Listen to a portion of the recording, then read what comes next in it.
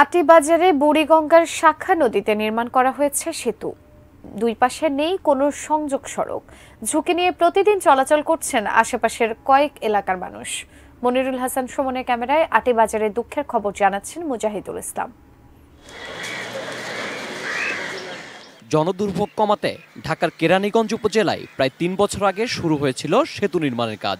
সেতুটির মূল অবকাঠামোর কাজ শেষ হলেও গত ৩ বছরেও শুরু হয়নি সেতুর দুপাশে রাস্তা নির্মাণের কাজ।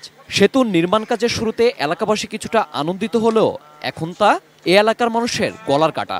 মোহাম্মদপুর যেতে কয়েক মিনিট সময় লাগে, অথচ এখন মানুষকে অনেক দূর ঘুরে যেতে হয়। এটা আজ থেকে 2 থেকে 3 বছর ধরে এই অবস্থায় পড়ে আসছে। আচ্ছা, কেন পড়ে আছে, কে আছে, সঠিক ব্যাখ্যা আমরা এখনো পাচ্ছি না। এবারে একর নাই, ওপারে একনে তো অ্যাকাউন্ট নাই, তো পুরান ব্রিজটা ভাঙলি কেন?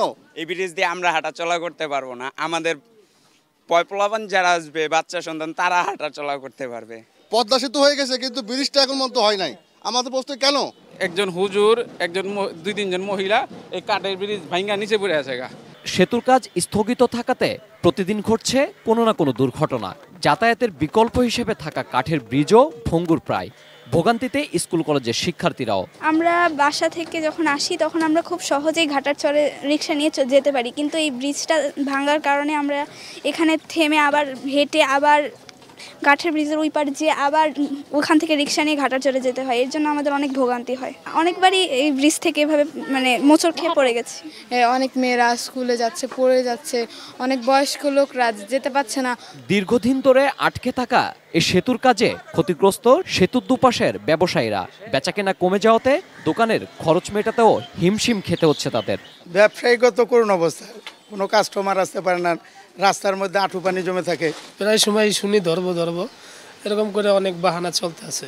এই অবস্থা আমাদের ব্যবসা খুব লস। কেরানীগঞ্জ উপজেলা চেয়ারম্যান শাহিন আহমেদ জানান, দখলদারদের কারণে বাধাগ্রস্ত ছিল সংযোগ সড়কের কাজ। বৃহস্পতিবার থেকে শুরু হয়ে 3 মাসের মধ্যে এর কাজ শেষ হবে বলে আশা তার।